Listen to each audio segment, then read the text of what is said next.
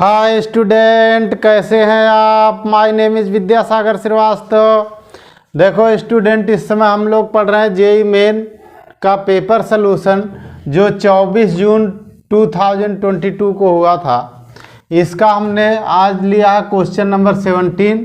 इसके पहले के क्वेश्चन हमने अपलोड कर दिए हैं, ठीक है।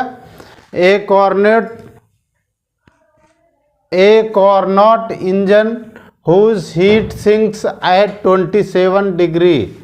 तो सिंक का टेम्परेचर इसको हम लोग T2 लिखते हैं बच्चों। तो T2 दे रहा है 27 डिग्री और इसमें 273 प्लस करते हैं तो ये T2 हो गया हमारा 300 के, ठीक। 27 डिग्री में दिया है, इसको हम लोग केल्विन में चेंज कर लेंगे तो ये हो जाएगा इतना केल्विन, ठीक। अब इसके बाद कह रहा है कि इफ़िशियंसी ऑफ 25%। इफ़िशियंसी दिया है ईटा, इसको लिखते हैं, ये है 25%, ठीक है। मीन्स हो गया 25/100 और कैंसिल कर दीजिए 1/4 हो जाएगा, ठीक। अब कह रहा by how many degrees should the temperature of source be changed to increase the efficiency. यानी T1 इसमें पहले हमें निकालना है बच्चों और फिर उसी में चेंजिंग निकालनी है। T1 में निकालना है और उसी में चेंजिंग निकालनी है। अब कह रहा है कि the temperature of source be change to increase the efficiency of 100% of the original efficiency. Original efficiency है कितना, 25%। अब इसका 100% इंक्रीज हो जाएगी तो कितना हो जाएगी बच्चों, चेंज इन इफिशियंसी हुई, ये 25% था, इसी का 100% यानी इतना ही इंक्रीज हो गया तो न्यू इफिशियंसी हो गई ईटा डैश, हम लोग इसको लेंगे, ये हो गया 25% और प्लस 25%, ठीक। दोनों को ऐड कर दिया हमने तो आ गया 50%।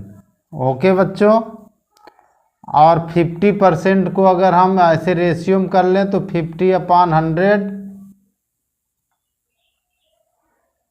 Is equal to 50/100, that is 1/2 हो गया, ठीक। अब जो हमारे इफिशियंसी का फार्मूला होता है कार्नोट इंजन का, इफिशियंसी, ठीक, वो होता है eta is equal to 1 - T2/T1 होता है, ठीक। तो पहले तो हमें ये T1 निकालना है। देखिए कितना आएगा बच्चों, ईटा हमारा क्या दे रखा है 1/4। 1/4 इज इक्वल टू 1 - T2 हमारा है 300 अपॉन T1 हो गया हमारा निकालने के लिए। इसको उधर कर दो, प्लस हो जाएगा बच्चों, तो ये आ जाएगा हमारा 300 upon T1 is equal to 1 - 1/4 और ये हो गया 3/4, ठीक। क्रॉस मल्टीप्लाई कर दो स्टूडेंट, T1 की वैल्यू आ जाएगी 400 के, ठीक। कितना आ जाएगी 400 केल्विन, T1 आ गया। अब देखो बच्चों, जब हम ईटा डैश निकाल रहे हैं, दोबारा जो इफिशियंसी दे रहा है 50% इंक्रीज हो जाएगी, तो कह रहा सोर्स का टेम्परेचर कितना चेंज होगा। तो सोर्स का टेम्परेचर यही T1 होता है, उसमें चेंजिंग के लिए पूछ रहा है। तो फार्मूला वही eta dash is equal to 1 - upon T1 dash जो चेंजिंग हुई। T2 हमारा कितना हो गया, ये तो यही है टेम्परेचर ना 300। ईटा की वैल्यू आ गई 1/2 is equal to 1 - 300 upon T1 dash. यहाँ से आ गया बच्चों T1 डैश, यहाँ से आ गया 300 upon T1 dash is equal to 1 minus 1/2 that is 1/2 हो गया।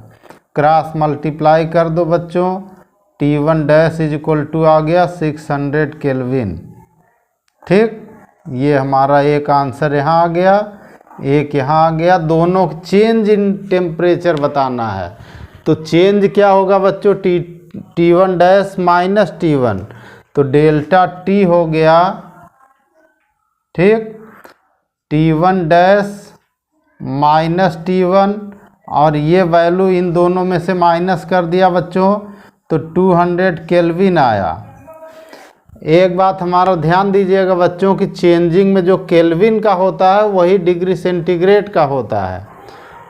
ठीक, तो चेंजिंग में जब हम लोग निकालते हैं डेल्टा, तो जो हमारा डेल्टा होता है, जैसे डेल्टा मान लीजिए 200 केल्विन आया डेल्टा टी। ठीक, 200 केल्विन आया, तो चेंजिंग में इसी को लिखते हैं 200 डिग्री सेंटीग्रेड। ये चेंजिंग में इक्वल होगा दोनों डेल्टा में। ठीक, क्योंकि 273 इसमें माइनस करोगे, 273 इसमें माइनस करोगे, डिफरेंट वही आएगा बच्चों, क्योंकि 273 कैंसिल हो जाएगा। यानी हमारा जो ऑप्शन हुआ बी करेक्ट है बच्चों। इंक्रीज हो गया, ये 600 केल्विन हो गया, यहाँ 400 केल्विन था। तो अगर इफ़िशियंसी को 50% इंक्रीज कर देंगे तो जो हमारे सोर्स का टेम्परेचर है वो 200 डिग्री सेंटीग्रेड इंक्रीज हो जाएगा, और ये हमारा आंसर हो जाएगा B, increase by 200 degree centigrade. Okay student, आप हमारा चैनल देखते रहिए, लाइक और सब्सक्राइब करते रहिए, अपना ज्ञान बढ़ाते रहिए। Okay, good day.